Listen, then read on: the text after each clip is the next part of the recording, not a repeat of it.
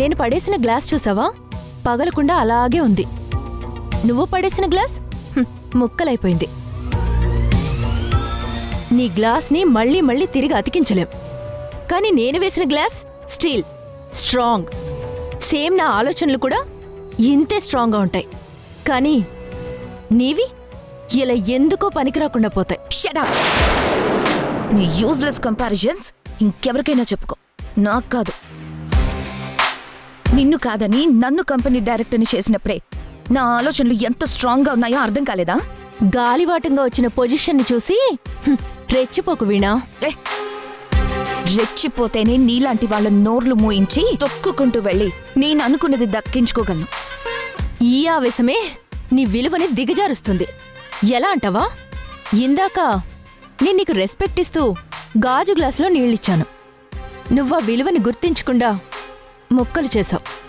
So ఇప్పుడు నీకున్న స్థానం కూడా అదే ఆవేశంతో పోగొట్టుకున్నావు. నీ మాటల్లో మెచ్యూరిటీ ఉంది, నా చేతల్లో మెచ్యూరిటీ ఉంది. నా చేతులతోనే మొన్న స్ట్రైక్ ఆగేలా చేశాను. ఇప్పుడు కొత్త ప్రోడక్ట్ని మార్కెట్లోకి తీసుకురాబోతున్నాను. నువ్వు షాక్ అయ్యే రిజల్ట్ని కూడా చూపించబోతున్నాను. ఐ హోప్ అప్పుడైనా నా స్థాయి ఏంటో స్థానం ఏంటో నీకు తెలుస్తాయి. ఇంకేం, లేట్ చేయకుండా ఆ పనిలో ఉండు. నిన్ను ఓడించే పనిలో నేనుంటాను. All the best. No thanks.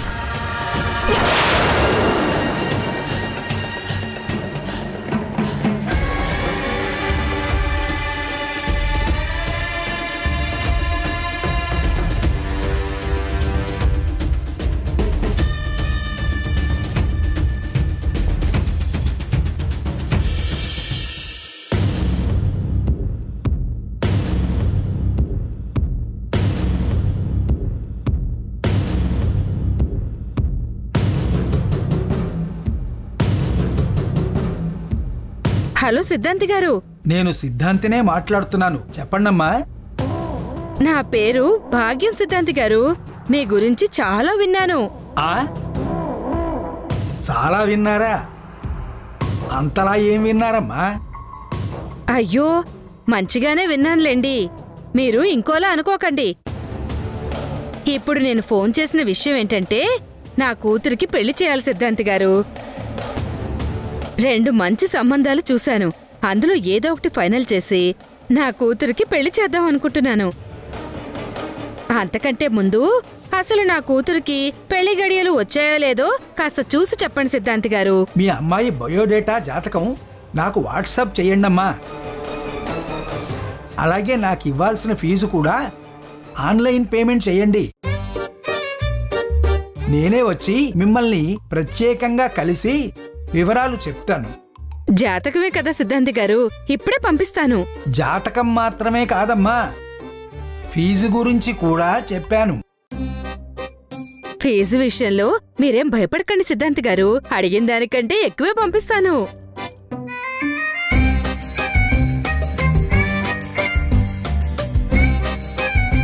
ఏంటి భాగ్యం, కూతురు పెళ్లి చేయాలని చాలా ఉత్సాహంగా ఉన్నట్టున్నావు? ఏం చేయనన్నయ్యా, నీ మేనకోడల్ని ఈ ఇంటి కోడల్ని చేద్దామని ఎన్నో కలలు కన్నాను. కలలన్నీ కలగానే మిగిలిపోయాయి. ఇప్పటికే ఆలస్యమైంది. ఇప్పటికైనా తొందరపడకపోతే కూతురు జీవితాన్ని నాశనం చేసిన తల్లిగా చరిత్రలో మిగిలిపోతానన్నయ్యా నా మొహమ్మండ. నువ్వేం బాధపడకు భాగ్యం.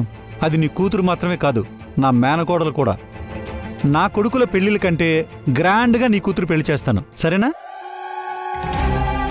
ఆ మాట అన్నావు, నాకంతే చాలన్నయ్యా.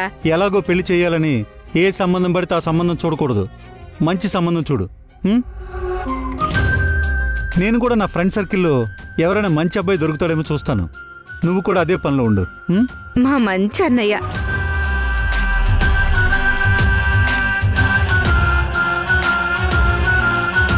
ఇంట్లోనే ఉన్నాడన్నయ్య ఆ మంచి అబ్బాయి. ఎవరో కాదు, నీ కొడుకే. నా కూతుర్ని నీ కొడుక్కిచ్చి కాకుండా ఇంకెవడికో ఇచ్చి నేనెందుకు పెళ్లి చేస్తానరా పిచ్చన్నయ్య. నీ కొడుక్కిచ్చి పెళ్లి చేద్దామనే ఈ ఏర్పాట్లన్నీ.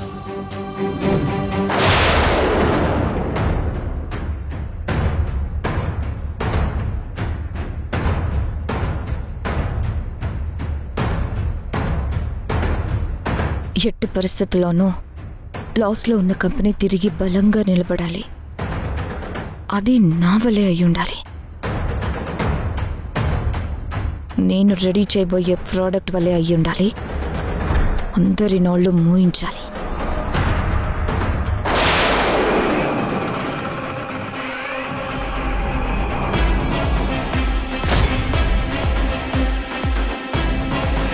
మన కంపెనీ నిలదొక్కుకోవాలి, కానీ ఎట్టి పరిస్థితుల్లోనూ అది వీణ వల్ల అయి ఉండకూడదు.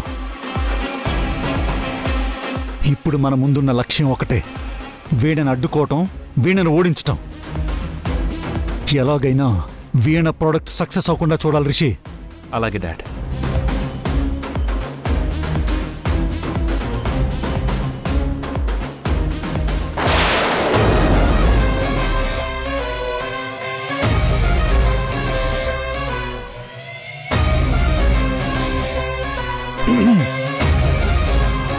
ఏంటి వీణా, న్యూ ప్రోడక్ట్ పనుల్లో బిజీగా ఉన్నావా? నువ్వు చేసిన తప్పులన్నీ చిన్న చిన్న నిప్పు కణాల్లా ఒక్కటయ్యి అగ్నిపర్వతంలాగా నిన్ను పేల్చేసే రోజు దగ్గరలోనే ఉంది వీణా.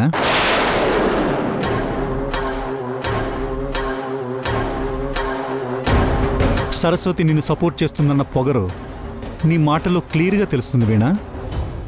కానీ నీకు తెలియని విషయం ఏంటంటే, సరస్వతి సపోర్టు కూడా ఒక లిమిట్ ఉంటుంది.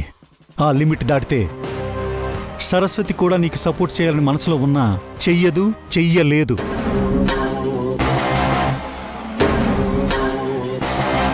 స్ట్రైక్ విషయంలో నువ్వు చాలా ఈజీగా బయటపడి ఉండొచ్చు, కానీ అన్నిసార్లు నువ్వు అనుకున్నంత ఈజీగా ఉండదు.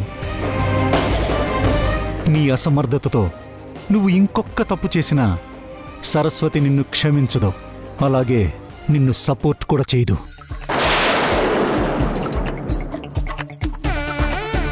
ఆ మరుక్షణం నిన్ను బోర్డ్ ఆఫ్ డైరెక్టర్గా తొలగించటం, నువ్వు రోడ్డున పడిపోవటం రెండూ ఒకేసారి జరిగిపోతాయి.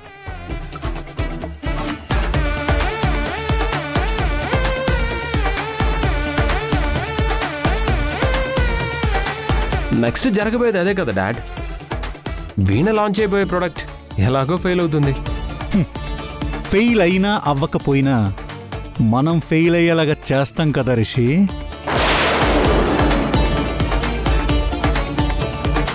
దాంతో అమ్మకి వీణ మీద ఉన్న నమ్మకం కాస్త మట్టి కొట్టుకుపోతుంది. అంతవరకు జరిగితే చాలు, మిగిలింది నేను చూసుకుంటాను.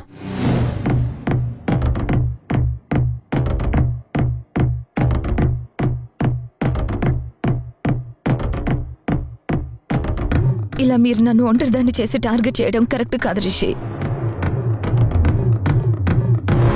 మన మధ్య ఎన్నైనా ఉండొచ్చు, అలాగని దాన్ని ప్రోడక్ట్ విషయంలో టార్గెట్ చేయడం చాలా దారుణం.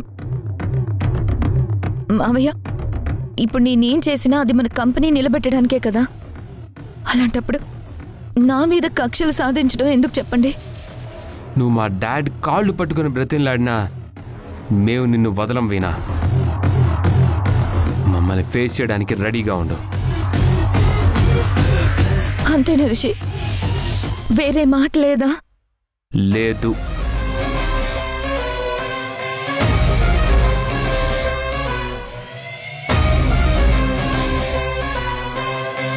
సరే, ఏం జరిగితే అదే జరుగుతుంది. మీరు చేయాలనుకున్నది మీరు చేయండి, నేను చేయాలనుకున్నది నేను చేస్తాను.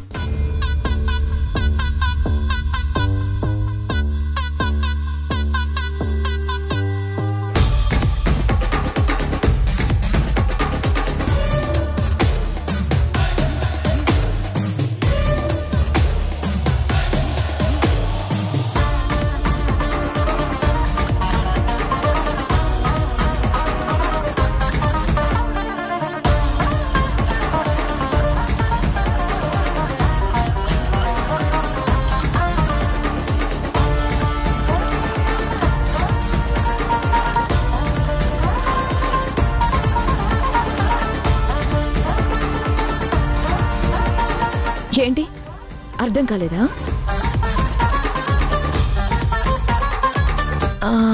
మీకు అర్థమయ్యేలా నేను చేస్తాను.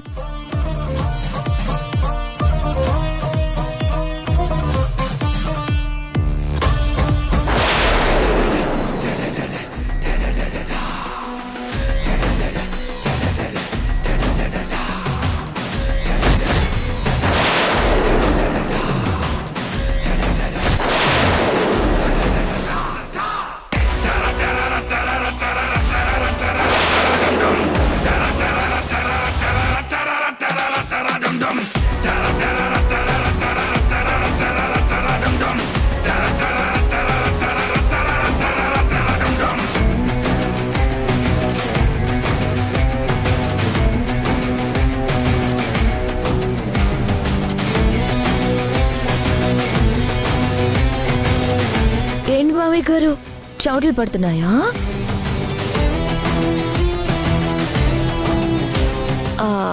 టెన్షన్ పడకండి మావయ్య.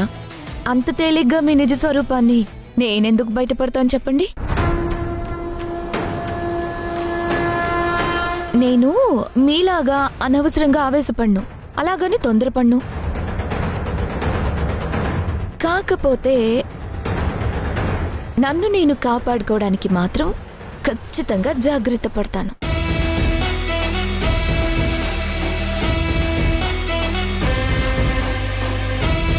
ఈ పెన్ డ్రైవ్ లో ఉన్న వీడియోతో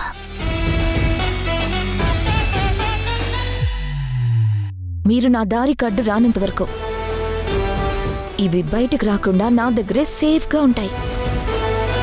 పొరపాటున నన్ను అందరి ముందు తక్కువ చేయాలని చూసినా, అందరిలో బ్లేమ్ చేయాలని చూసినా నేను మాత్రం చూస్తూ ఊరుకోను.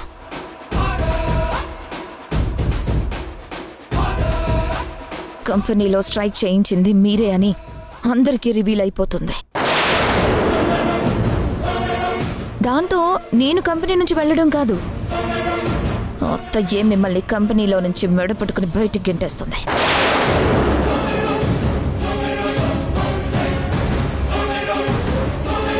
వద్దు వీణా, మనకి గొడవలు వద్దు, కాంప్రమైజ్ అవుదాం ప్లీజ్. ఆ వీడియోలు అవి బయటికి రానివద్దు. నువ్వు ఎలా అంటే అలా, మేము నీ దారికి అస్సలు అడ్డురాము. ఇందాకేదో అన్నారే, అగ్నిపర్వతం పేలిపోతుంది అని. నా దారి కడ్డొస్తే నేను అదే అగ్నిపర్వతంలా మారి మిమ్మల్ని పేల్చేస్తాను. భూమ్.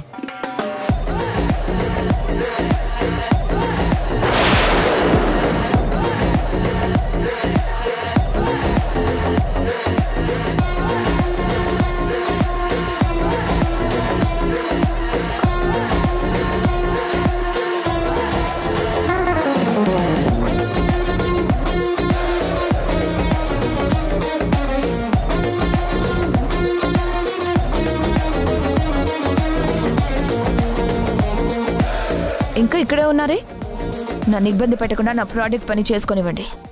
వెళ్ళండి.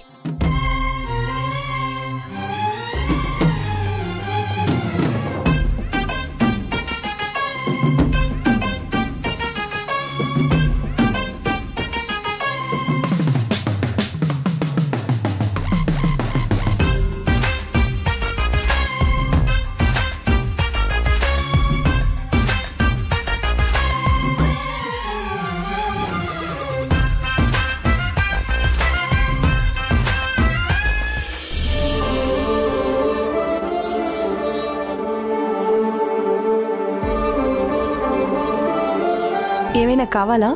ఏమొద్దు.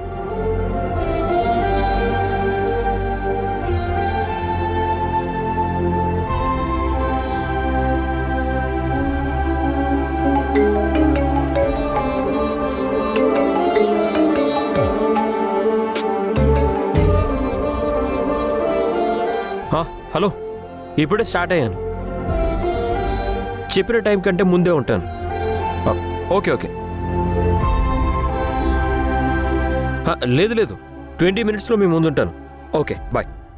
ఏంటి శ్రీ, ఎక్కడికి బయలుదేరావు? క్లయింట్స్ అర్జెంట్ మీటింగ్ ఉంది అత్తయ్య, టైం లేదు. బాయ్. బాయ్, జాగ్రత్త.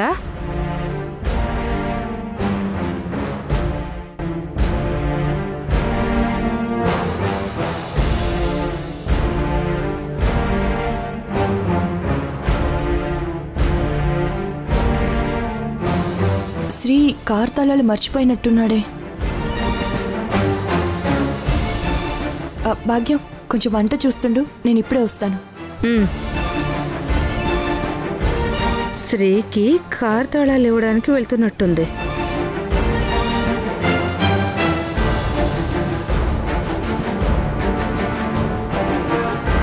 శ్రీ శ్రీ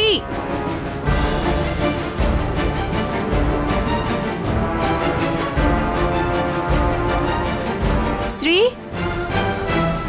శ్రీ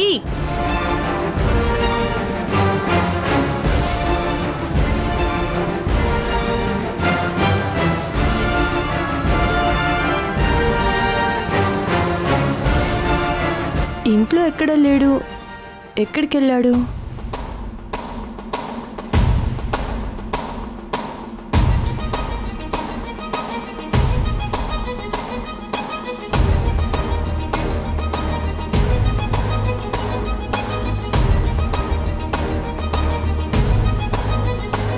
కారు తాళాలు ఇవ్వటానికి వెళ్ళి ఇవ్వకుండానే తిరిగి వచ్చేసింది.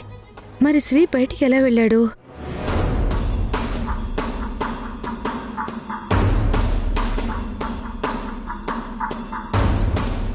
ఎక్కడ పెట్టాను కీసు? వేదా, పార్వతి, ఏంటి నువ్వు ఏది పట్టించుకోవు? స్టోర్ రూమ్ చూసావా? ఎలుకలు పడి స్టోర్ రూమ్ అంతా రచ్చ రచ్చ చేశాయి. చూద్దుగాన్రా.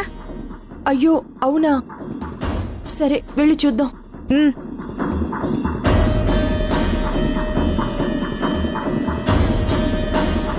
వేదా, వేదా,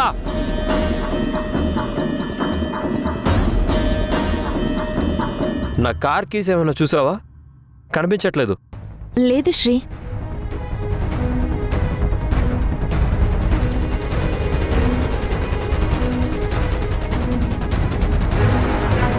ఓ ఎస్, ఫ్రిడ్జ్ దగ్గర వాటర్ తాగి అక్కడే పెట్టి మర్చిపోయాను.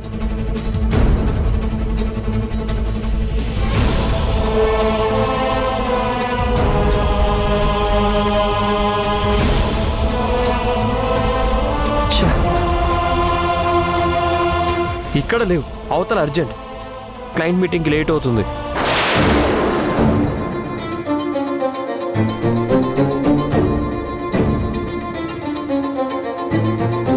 శ్రీ, కేస్ నేను వెతికి పెడతాను, నువ్వు క్యాబ్ బుక్ చేసుకుని వెళ్ళు శ్రీ. స్టోర్ రూమ్ నీట్గా ఉండాలి పార్వతి. ఏంటి శ్రీ, ఏదో అర్జెంటుగా క్లయింట్ మీటింగ్ అన్నావు, ఇంకా వెళ్ళలేదా? కార్ కీస్ ఇక్కడెక్కడో పెట్టి మర్చిపోయి వెళ్ళిపోయాను. వచ్చి చూస్తే లేవు. నువ్వేమన్నా చూసావా అత్త? శ్రీ, కార్ కేస్ ఇందాక ఫ్రిడ్జ్ మీద పెట్టి మర్చిపోయి వెళ్ళావు. నీకిద్దామని నేనే తీశాను.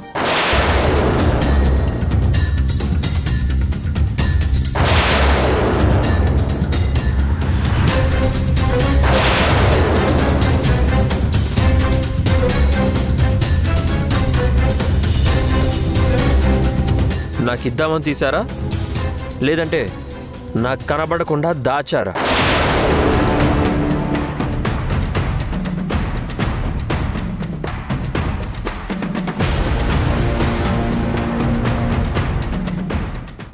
ఇన్ని రోజులు నువ్వు చెప్తుంటే విని ఈవిడేం తప్పు చేయట్లేదని నాది జస్ట్ అనుమానమే అని అనుకునేవాణ్ణి. కానీ ఈ రోజుతో నాకు పూర్తి క్లారిటీ వచ్చింది. ఈవిడ చేసిన ప్రతిదీ కావాలనే చేశారు.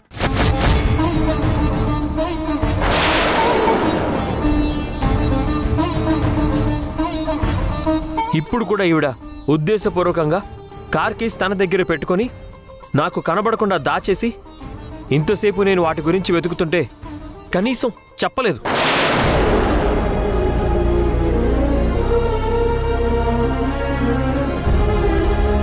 నన్ను మీటింగ్కి వెళ్లకుండా ఆపాలనే కదా కీస్ దాచారు. అయ్యో శ్రీ, నేను నీకు తాళాలిద్దామని నీకోసం ఇల్లంతా వెతికాను. సరే, నేను మర్చిపోయి వెళ్ళాను. అలాంటప్పుడు మీరు కీస్ ఇక్కడే పెట్టాలి కదా, లేదంటే ఫోన్ చేసి నాకు చెప్పాలి కదా.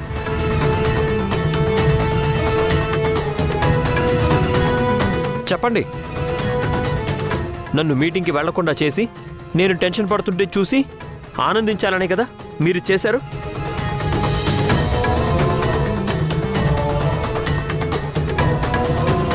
వేదాకి నాకు తరచుగా గొడవలు ఎందుకు అవుతున్నాయో నాకు తెలుసు. పర్సనల్ లైఫ్ని ఇబ్బంది పెట్టినట్టు ప్రొఫెషనల్గా కూడా ఇబ్బంది పెట్టాలనే కదా మీరు ఇలా చేశారు. ఏంటి శ్రీ, ఏదేదో మాట్లాడుతున్నావు? మీరు శ్రీకి కేసు ఇవ్వమని నాకైనా ఇవ్వాల్సింది కదా అత్తయ్య. నేను శ్రీకి ఇద్దామనే తీశాను వేదా. శ్రీ కోసం ఇల్లంతా వెతికాను, ఎక్కడ కనపడలేదు. నువ్వు కూడా కనపడలేదు. అయినా నేను నీతోనే ఉన్నాను కదా పార్వతి. కనీసం నాకైనా ఇచ్చి శ్రీకి ఇవ్వమంటే నేను ఇచ్చేదాన్నిగా. కనీసం నాతో ఒక్క మాట కూడా అనలేదు. నీకు ఇంకా అర్థం కాలేదా అత్తయ్య? ఆవిడ కావాలనే ఇలా చేశారు.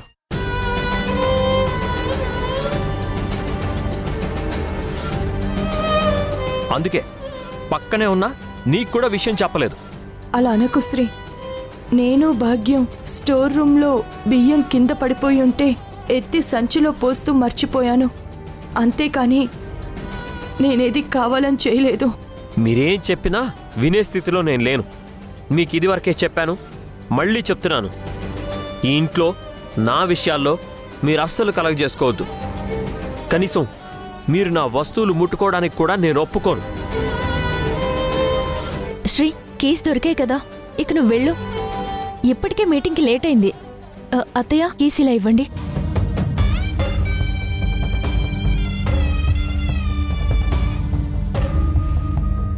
అత్తయ్య, అది పర్లేదమ్మా, మీటింగ్ అంటున్నాడు కదా. కంగారులో ఉన్నప్పుడు ఇలా జరిగితే ఎవరైనా ఇలాగే అంటారు. మన మాట వినరు, నమ్మరు. నేనేం బాధపడడం లేదు.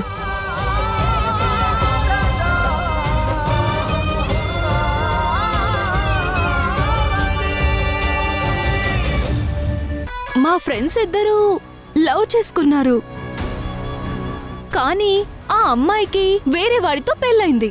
మా ఫ్రెండ్ అశ్విన్ ఇంకా ఆ అమ్మాయిని లవ్ చేస్తున్నాడంట.